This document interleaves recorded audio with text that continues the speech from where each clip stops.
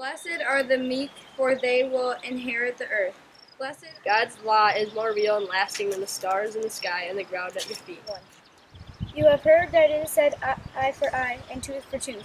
But I tell you, do not resist an evil person. If someone strikes on you on the right cheek, turn to him in the other also. You have heard that it was said, love your neighbor and hate your enemy.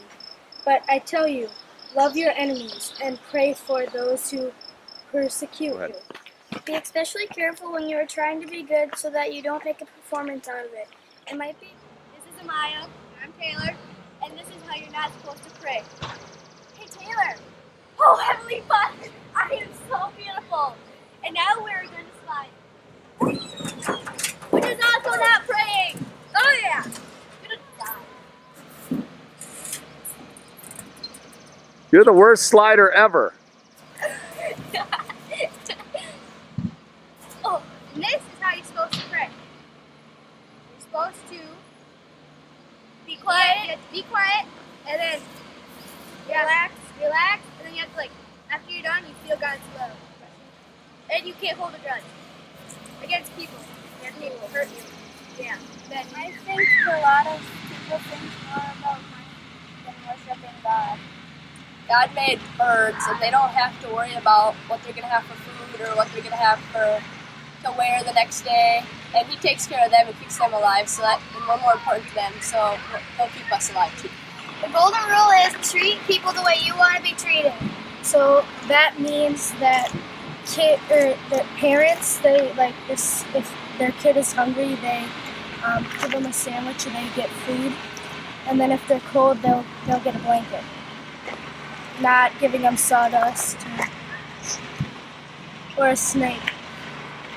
And so what about the Father in heaven? How does that relate? What do I say?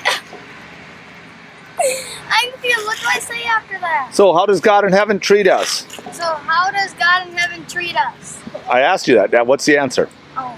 Does He treat you good, or does He give you sawdust and snakes? He treats us well. He doesn't give us sawdust and snakes. He gives us food and a blanket. Time to time, there's a guy that built a house on a rock, and there was a river that came up, and his house stood. Once upon a time, there was a stupid carpenter who built his house on sand. The river came up and washed his house away, including his wife, kids, and his dog. The rock is God, who is God. The river is the way of life. Life gets tough sometimes.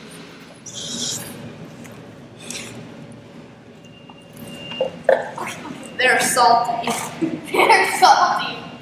Wow. Back in Jesus' day, salt was really, really expensive. So you got to take that into consideration when He says, you are the salt of the earth. But when salt loses its saltiness, you might as well throw it away. Because you know what I'm talking about, these little packets that go like that? I would never do them to McDonald's fries, they're salty enough. But if you take these home like my grandma used to, put them in your cupboard, and 3 years later you try to take them out, don't taste like salt anymore, it just tastes like powder. Why bother? What do you do with it? You throw it away. So Jesus is saying, you as Christians are salty.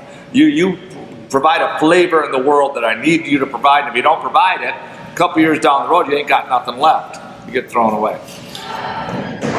Jesus is the light of the world, and He asks you to go out and shine your light. So the city on a hill cannot be hidden, and so now we're going to turn to these awesome girls, and they're going to show you a little light, shine, and stuff. So here we go.